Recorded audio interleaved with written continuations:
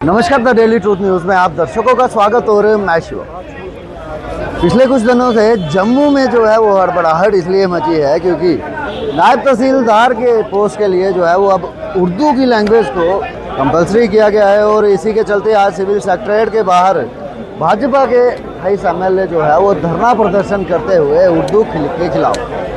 फिलहाल आइए जानते हैं यहाँ पे कि आखिर क्यों जम्मू से इस तरह का भेदभाव किया जा रहा है और क्यों जम्मू कश्मीर को जो है वो भाषाओं में बांटा जा रहा है। उर्दू को जो है वो कंपलसरी किया जा रहा है प्योरली भाषा के बेस पे, भाषा के आधार पे भेदभाव की नीति हो रही है। This is purely discrimination on the basis of language which will not be acceptable at any caste. Jammu के युवाओं के साथ जो भेदभाव किया जा रहा है, क्योंकि ज़्यादातर जम्मू के बच्चे जो हैं वो हिंदी नहीं करो यार, आप किस टाइम पे पठानिया साहब को बुलाओ ना यहाँ पे, वो बोल रहे हैं ना। भारतीय जनता पार्टी जम्मू के युवाओं के जो अधिकार हैं, जो हक हैं, उनकी रक्षा करेगी और ये इंश्योर करेगी कि जो नायब तहसीलदार का एग्जाम है ये उर्दू के बिना हो। Urdu at the later stage after the selection of the candidate, जब सिलेक्शन हो जाती है तब गवर्नमेंट उनको उर्दू सिखाए ताकि उर्दू का वर्किंग नॉलेज हो, जैसे बाकी सब चीज़ में होता है। IAS, IPS, JKS, JKPS में होता है, सिलेक्शन के बाद उर्दू सिखाई जाती है। ऐसा यहाँ पे भी हो। भारतीय जनता पार्टी जम्मू के युवाओं के साथ या जम्मू कश्मीर के युवाओं के साथ भेदभाव भाषा के बेस पे नहीं हो रही। देखिए, भारत एक सामाजिक देश है और बहुत तरह की भाषाएं बोली जाती है, तो मैं ये जानना चाहूँगा कि अगर उर्दू की आवाज़ उठाई गई, क्यों डोगरी को प्राथमिकता नहीं दी गई, क्यों पंजाबी को प्राथमिकता नहीं दी गई?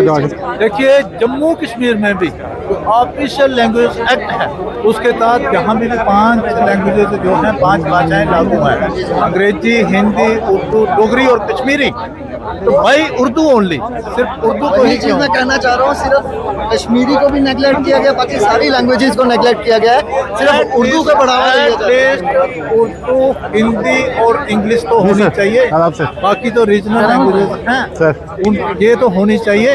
उस बेस पे जैसे जब नेशनल कॉन्फ्रेंस गवर्नमेंट कर रही है, लेड बाई ऑनरेबल ये डिसिसिव पॉलिसीज जो हैं, लोगों को बांटने वाली पॉलिसीज हैं, भारतीय जनता पार्टी ये नहीं चलने देगी और जम्मू के युवाओं को, जम्मू कश्मीर के युवाओं को उनका हक दिला के रहेगी।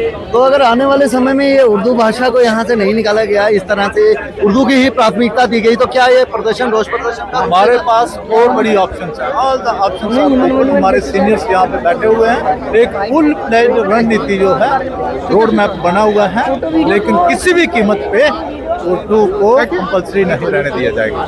वैसे अखनूर के MLA मोहनलाल भगत जी, और आपने साफ शब्दों में सुन लिया होगा कि उर्दू अगर यहाँ से नहीं हटाई गई तो आने वाले समय में और भी ऑप्शंस जो है वो हमारे पास पड़े हुए। फिलहाल कहीं ना कहीं उमर सरकार की बात करूँ तो भाषाओं के नाम पर जम्मू कश्मीर को बांटा जा रहा है और देखना यही है कि आखिर भाजपा करती क्या है और क्या इस उर्दू भाषा को कंपलसरी किया है उस डिसीजन को वापस लिया जाता है या नहीं। फिलहाल ऐसे ही खबरें देखने के लिए देखते रहे द डेली ट्रूथ न्यूज़। मुझे शुभम को दीजिए इजाजत, वीडियो को शेयर कीजिएगा। सुन रही हैं, हम एक ही बिंदु है आज का, एक ही बिंदु है हमारा कि जो उर्दू कंपलसरी नायब तहसीलदार के रखा है, इमीडिएटली सरकार जो है वो ऑर्डर जो है उसको रिसाइन करे और उर्दू सब्जेक्ट जो कंपलसरी रखा है उसको बाहर निकाल दे। हमारा एक ही बिंदु है, इससे ज्यादा तो है नहीं। टोल प्लाजा पे भाजपा का क्या स्टैंड है? जिस तरह से बोर्ड प्लाजा आज फिर एक बार फिर टोल प्लाजा मचने जा रहा है, इस पे आपके क्या भाजपा का क्या स्टैंड रहेगा? इशू बहुत से हैं, लेकिन उसका जवाब भी आपको अप्रोप्रिएट टाइम पे दिया जाएगा। भारतीय जनता पार्टी ये नहीं चाहती थी, हम चाहते थे कि ये इस रियासत में अमन चैन हो और जो इस समय हमारी यशस्वी प्रधानमंत्री हैं, जिस तरह से डेवलपमेंट के काम चल रहे हैं, हम उसको आगे बढ़ाएं। लेकिन नेशनल कॉन्फ्रेंस नहीं चाहती है, तो फिर अगर वो चाहते हैं कि हम संघर्ष का रास्ता अपनाएं तो भारतीय जनता पार्टी और हम लोग उसके लिए तैयार हैं। क्या लग रहा है सारे MLA यहाँ पर बैठे हुए, क्या लग रहा है हो पाएगा? आप में नाउमीदी क्यों है? इतना बड़ा मैंडेट आपने भारतीय जनता पार्टी को दिया है और उसके बाद 5 भाषाएं जो हैं, कानून हमारे साथ है। अगर ये नहीं मानेंगे तो कोर्ट ऑफ लॉ है, बड़े अच्छे वकील साहबान हैं हमारे पास और लॉ मेकर तो हम सारे हैं। तो कानून बनाने वाले भी हम हैं और कानून को हटाने वाले भी हम लोग ही हैं। तो मुझे लगता है आप लोग क्यों बोलते हैं? इम्पॉसिबल वर्ड तो हमारी बीजेपी के है नहीं, हम इस तरह से पढ़ते हैं वी आर पॉसिबल। सर यही चीज आप तब भी कर सकते थे जब भारतीय जनता पार्टी की सरकार थी, यहाँ ब्यूरोक्रेट्स थे, they are accountable, they are answerable. Bharatiya Janata party की मेरी बहन कब सरकार थी?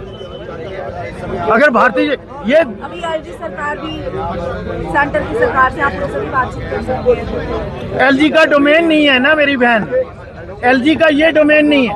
अमेंडमेंट जो है वो रेवेन्यू मिनिस्टर ने करनी है, उसके एडमिनिस्ट्रेटिव सेक्रेटरी और नीचे से नोट पुट अप होना है, वो उन्होंने एक छोटी सी अमेंडमेंट है और 5 भाषाएं जो हैं वो ऑफिशियल भाषा हो गई हैं। इसलिए भारतीय जनता पार्टी इसके लिए अकाउंटेबल नहीं है, इसके लिए आंसरेबल नहीं है। यहाँ भारतीय जनता पार्टी की सरकार नहीं। शामला जी, आप कह रहे हैं एलजी साहब अकाउंटेबल नहीं है, फिर एलओपी साहब जो है मेमोरेंडम लेके जाते हैं लेफ्टिनेंट गवर्नर के पास, तो वो फिर किस बिहाफ पे जो है वो वहाँ पे मेमोरेंडम लेके गए? वो हेड ऑफ द कॉन्स्टिट्यूशन है, तो संविधान के से नहीं हो सकता। डायरेक्शन ही वो डायरेक्ट नहीं कर सकते हैं।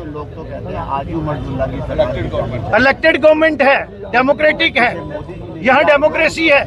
जब ये डोमेन जो है रेवेन्यू मिनिस्टर की है, मैं चीफ मिनिस्टर की भी नहीं कह रहा। लेकिन लोग कह रहे हैं सुप्रीमो जो है वो लेफ्टिनेंट गवर्नर है, वो चेंज कर सकते हैं, तो अभी तक उनके एंड से क्यों नहीं किया? ये तो नेशनल कॉन्फ्रेंस की भाषा बोल रहे हैं आप, वही कहते हैं, एंजॉय कर रहे हैं। ये लोग क्या So that's why people after BJP and even the Jammu region protest is going on, that why this is compulsory when this Jammu Kashmir becomes a union territory.